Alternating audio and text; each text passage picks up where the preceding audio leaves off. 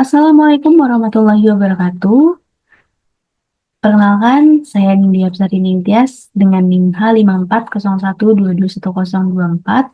Pada kesempatan kali ini, saya akan melakukan analisis Sarima menggunakan aplikasi SPSS. Nah, di sini data yang saya gunakan yaitu data inflasi dari tahun 2015 sampai tahun 2019 dengan datanya adalah data bulanan.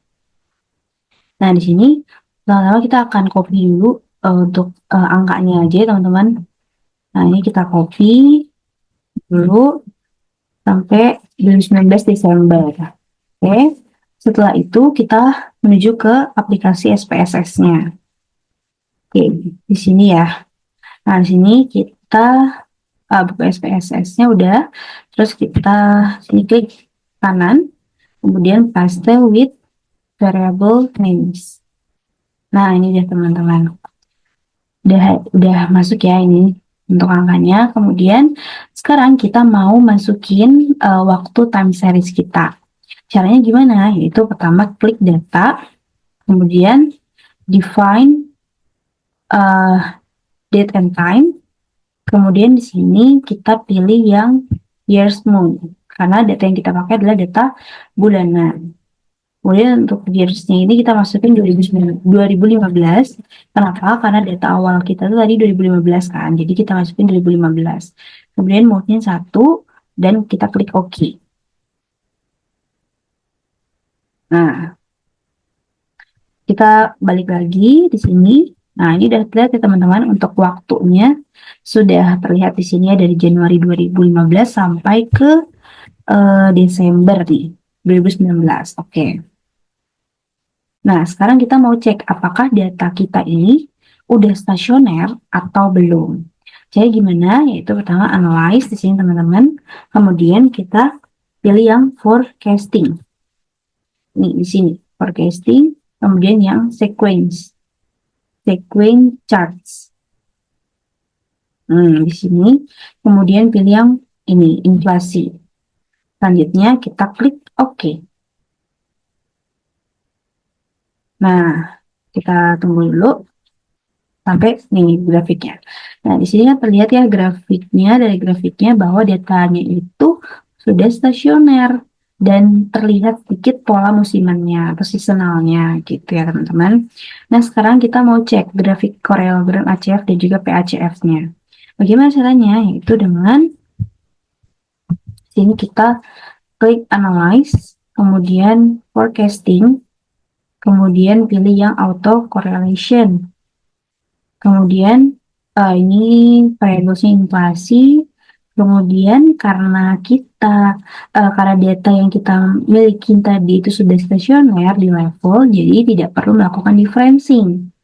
Jadi di bagian transform ini jangan ada yang checklist teman-teman. Untuk natural log transformnya jangan di checklist, difference juga sama, seasonally difference juga jangan di checklist ya teman-teman.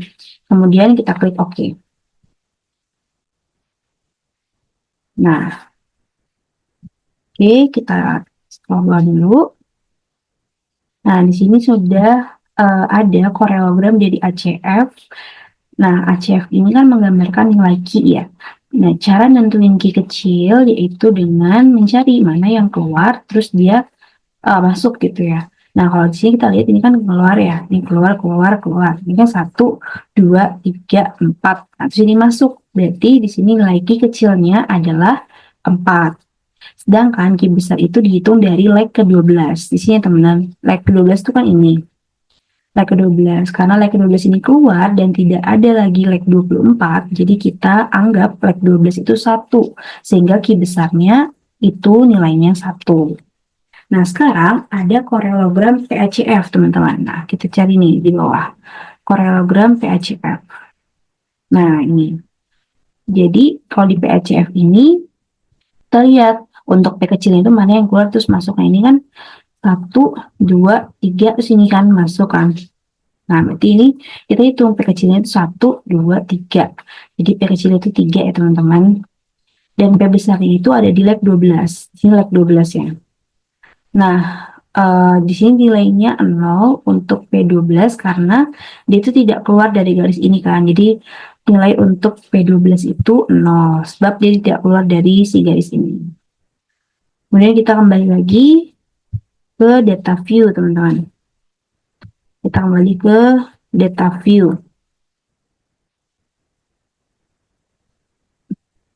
Data view, kemudian analyze, kemudian forecasting, kemudian kita akan create traditional models. Nah, di sini variablesnya adalah inflasi, kemudian metodenya kita ganti jadi A5, kemudian kriterianya kita ubah, teman-teman. Nah, di sini kita ubah sesuai sama yang kita dapetin tadi ya. Jadi ini kita ubah jadi 3, tadi ya, 3, kemudian yang sesuai, kenapa 3? Karena di sini kita lihat di sini P kecil kan, non-sessional tuh P kecil, jadi di sini 3, kemudian difference-nya 0 karena kita tidak melakukan difference-nya tadi. Kemudian ini untuk Q kecil tadi 4 ya teman-teman. Di sini kita isi 4. Jangan seasonal itu yang besar teman-teman. Tadi kan P besar. P besar itu 0. Berarti di sini 0. Terus D-nya juga 0. Kemudian Q besar itu kita 1 ya teman-teman. Sesuai sama hasil yang kita dapatin tadi. Kemudian kita klik continue. Kemudian pergi ke statistik. Bagian fit measure itu kita klik semua. Kita checklist semua teman-teman. Checklist semuanya. Kemudian kita checklist semuanya. Kemudian pergi ke plots. Di plots itu di bagian each plots display itu kita klik semua teman-teman. Kita checklistin semua. Kemudian kita pergi ke save. Nah, di save ini kita checklist yang bagian predict values. Karena kita akan melakukan forecasting kan teman-teman. Kita bisa melihat nilai yang kita forecasting nanti.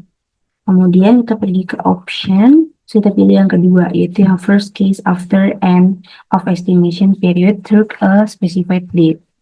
Nah, untuk years-nya kita pilih 2020. Kenapa? Karena tadi data terakhir kita kan 2019. Bulan Desember. Jadi kita baru bisa forecast itu di 2020. Nah, untuk bulannya karena ini jangkanya jangka pendek, jadi kita coba 6 bulan. Gitu. Kemudian kita klik OK. Ya, teman-teman. Nah, kita lihat di bagian model statistiknya.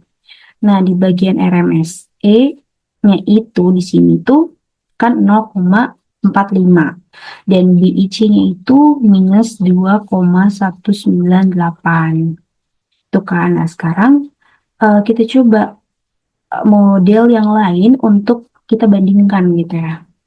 Pertama, kita ke bagian analyze dulu teman-teman. Analyze. Kemudian kita lihat yang forecasting. Kemudian kita pilih yang create traditional models. Kemudian ke variables. Di bagian variables ini kita ubah kriterianya di sini. Kriterianya kita ubah. Coba deh kita coba jadi ini kita ubah jadi 2. 2 ini kita ubah jadi 1. 201 001. Kemudian continue. Oke. Nah, di model statistik yang ini itu kita bisa lihat kalau RMSE-nya itu dia lebih kecil. Di sini 0,260. Sedangkan yang tadi itu 0,245. Gitu ya. Kemudian untuk BIC-nya di sini itu BIC-nya itu minus 2,350. Nah, di sini kan minus 2,198 itu. Jadi sama-sama memang lebih kecil seperti itu. Nah, kemudian kita uh, jadi kita itu sekarang bisa pakai model yang ARIMA 201 001 gitu. Kenapa? Uh, karena udah terlihat kan, udah terlihat untuk forecast-nya kita bisa ambil model yang ini, model ARIMA yang 201 001. Karena model kedua ini lebih baik sebab memiliki RMSE dan BIC yang lebih rendah serta residual yang acak sehingga menunjukkan model yang lebih stabil seperti teman-teman. Nah, kita lihat ya di sini di bagian forecast-nya. Oke. Nah, ini daftar forecast yang baik ya teman-teman tahun 2020 bulan Januari sampai bulan Juni. Nah, ini kita pakai model yang ini ya, pakai model yang kedua, karena model ini lebih baik dibanding model sebelumnya.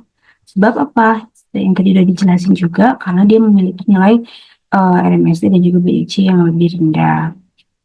Serta dia memiliki residual yang acak, sehingga dia menunjukkan model yang lebih stabil. Baik, cukup sekian untuk video tutorial analisis Sarima menggunakan aplikasi SPSS dari saya. Kurang lebihnya mohon dimaafkan. Wassalamualaikum warahmatullahi wabarakatuh.